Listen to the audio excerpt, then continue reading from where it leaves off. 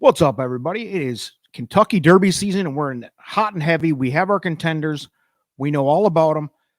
We're doing spotlight videos to introduce you guys to each and every one of these contenders, and we are looking at one of the big guns, KINGSBARNS. I am joined by Matthew DeSantis at Failed to Menace. Matthew, let's talk some KINGSBARNS. What's on your mind, brother? You know, he's an intriguing horse, and he's kind of a horse that may fall into the perfect situation in this year's Kentucky Derby because there are very few horses that are going to be on the lead, very few horses pressing a pace. And he is one of the few horses that will be up front and forward and has demonstrated the ability to go gate to wire and has demonstrated the ability to sit just off. And he's really versatile in that regard. 3 for 3. He's done nothing wrong.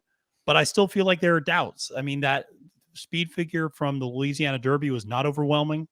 And, he ran a really slow pace that day that I think a lot of people are nitpicking because he's going to have to run faster at the Kentucky Derby. But he's one that I feel like it's very bifurcated in terms of how people end up feeling about him. That I think some people are really high on him and some people think he's really overrated. So he's an intriguing horse. And I find myself to be honestly somewhere in the middle. I'm not a huge fan necessarily, but I'm also not fading him entirely. I think he's got a real shot here. Yeah, he's falling into that like 5 to 8 range for most people, I think, as far as overall rankings, which makes sense. I mean, and here's the thing, like he's only raced 3 races, folks. This is what we're looking at, his entire history. We're demonstrating the entire history here. In those last 2 races, as you said, not glaring speed figures, but right there, I think for the most part. I mean, Equibase speed figures, what we're displaying here. He's right there. He's not far off. It's Todd Pletcher's Todd Pletcher's got the barn this year. Let's not fool ourselves. But I like KINGSBARNS.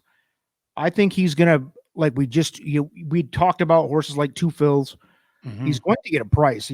There's so many of this like 5 through 8, 5 through 10 range. Mm-hmm. And they're all going to be between 10 to 1 and 20 to 1, big prices. So if you can fall in love with one of them and commit to it, all in. But like you said, I don't know how much I can commit to KINGSBARNS because he's kind of falling into that.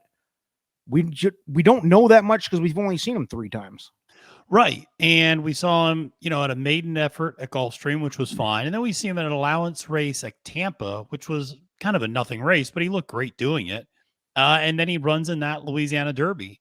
And I think there's some people who are now questioning that Louisiana Derby suddenly because Disarm, who finished second that day, comes back to run a very disappointing third in the Lexington 3 weeks later. Now, I don't necessarily take credit away from KINGSBARNS for that because I think turning a horse around in 3 weeks is difficult, especially at this young age. So I don't really, that poor effort from Disarm, I don't want to overemphasize. But you mentioned the word commitment, and I think that's a very interesting word because right now, we don't have a commitment from a jockey for KINGSBARNS because Flavien Prat, who has been his jockey, is going to be riding Angel of Empire and has already publicly stated that. And so Todd Pletcher does not have a jockey for KINGSBARNS, which I think also, to your point, affects the price and the perception because the idea is if this horse was that good, they'd be locked into a jockey right now, or some jockey would be fighting to get on this horse to say, this is my Derby horse. And the fact that that's not happened yet, I do think is leading people to at least perceive KINGSBARNS as kind of a second-tiered option. Yeah, I mean, Flavo committed to Angel of Empire like a week or so ago, so it kind of does say what you're saying, which is it's not like he's not trying to win the Derby in his own interest, right? So he knows these horses better than any of us do, any of us fools in the sidelines, right? But oh yeah. Spoiler alert, I may or may not have had a very famous man visit the Trust of Profits world this afternoon and talk about an options for a couple of horses that he may get a mount on, a certain Hall of Famer and past champion that may be aboard one of these horses, either KINGSBARNS or maybe a Mage, but we'll talk about that another time. I'm not going to spoiler alert it too much, but yeah, I like KINGSBARNS. He's dangerous. And this is what's crazy about this whole prep season. There is 3 or 4 horses that I'm sitting here saying a little bit of an unknown, but definitely could win. This is one of them.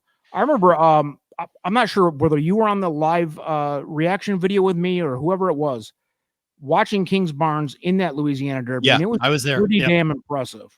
And I sat there and said,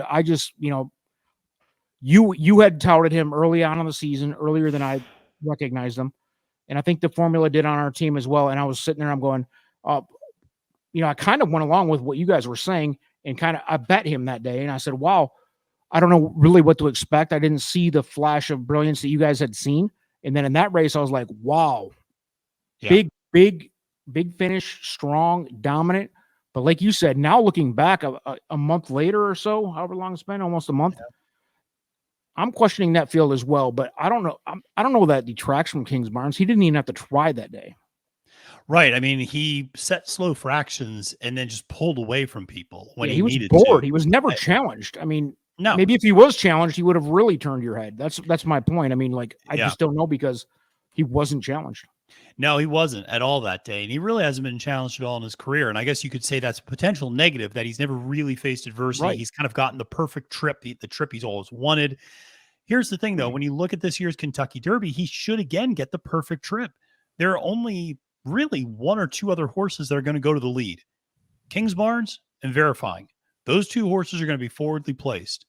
Now, maybe one of the Japanese, maybe Derma Sotogake decides to go out and run fast, but he's honestly more of a traditionally a mid-pack horse. Maybe a horse like Mage, if he gets over some of his gait issues that he's had, gets a little bit more forward. Maybe Wild on Ice, maybe presses the pace a little bit from, third or fourth. But a lot of these horses don't like to be that forwardly placed. And KINGSBARNS got natural great gait speed, and he's going to floor it, and he's going to get out there on the lead. He's going to be able to probably set his own fractions. And that's a dangerous place for a horse to be. I feel like we're always prisoners of the moment. And we remember back to last year's Kentucky Derby and Rich Strike, but let's remember the history of the Kentucky Derby over the last 20 years, which is typically you want to be in the top 3 or 4 at first and second call. That's where the winner's coming from. Yeah. We were looking at a graphic that the formula on our team had made today, and we were trying to decipher, we're trying to make, interesting videos to take angles in the Derby. Mm-hmm. And in the last 25 years or so, I think it was something like 20 of the 25 winners were in the top 5 or 6 the whole race. Like they weren't a deep closer. They weren't necessarily the speed, but they were stalking 3rd or 4th place, like you said. Maybe 5th or 6th place within, I don't know, a few lengths, but stalking the whole way, because you cannot compete with wild traffic like Rich Strike did. That was a lightning bolt across a nation. Like, if you are new to horse racing, that doesn't happen. That's a 1 in a million. That's a lottery ticket, a lightning strike, whatever you want to call it. And it was awesome. Don't get me wrong. I lost my ass on that horse. But it was cool looking back once I recovered from the fact that I lost every freaking bet of my life on that day. Once I got over that, I was like, that was really cool. That was good for horse racing. I mean, it set the whole sporting world on fire for a couple of days because of how cool of a story it was. But it doesn't happen every year, like you said. So I think a horse like KINGSBARNS, who doesn't have to take that curly Q Rich Strike angle to the win. Right. But the problem is there's about 6 or 8 horses that are stalkers. They're not all going to get out of the freaking gate perfect. Right. You got a horse like Tappet Trice. You got all kinds of stalkers that are going to just, however hard they get out of the gate, are going to stalk. Right. And I think without a big speed horse, which I don't think we have one, there's going to be a whole bunch of stalkers trying to get there all at the same time, which is going to make this an awesome race. I think I'm super excited. I'm more excited this year than I have been in a few years. Yeah, no, I think it's an interesting one. I think KINGSBARNS got a lot of natural speed, unlike maybe some other horses that are stalkers, even a horse like Practical Move that might be forward, but is not a naturally fast horse to get out to there to the lead. The interesting thing about KINGSBARNS is those first 2 victories actually sat behind a pace setter early on in both of them. So if he doesn't get away clean, perfect, and lets Verifying or another horse get out the front, it's not the end of the world. He can win from that perspective too. He doesn't need the lead like so many others. So I think a very intriguing horse. You're going to get a little bit of a price. People are going to look at the lack of a 2-year-old foundation. People are going to look at the questions around the jockey, and you're going to end up getting a little bit of a price here. I think a super talented horse whose best races are ahead of him. Absolutely. Anything else to close out KINGSBARNS? I think he's definitely a threat. I mean, it's a common theme. We're going to hit all 20 horses here, but I mean, we're 8 or 7, 6 10, Yeah. 15 deep, and he's still got a shot here. So it's hard to say that any of these horses don't have a shot. I've got a few opinions later, but I think KINGSBARNS is definitely one that does have a shot. So anything else to close it out, Matt? Just remind people to like and subscribe because we got all the content you could possibly ask for. Peace on earth.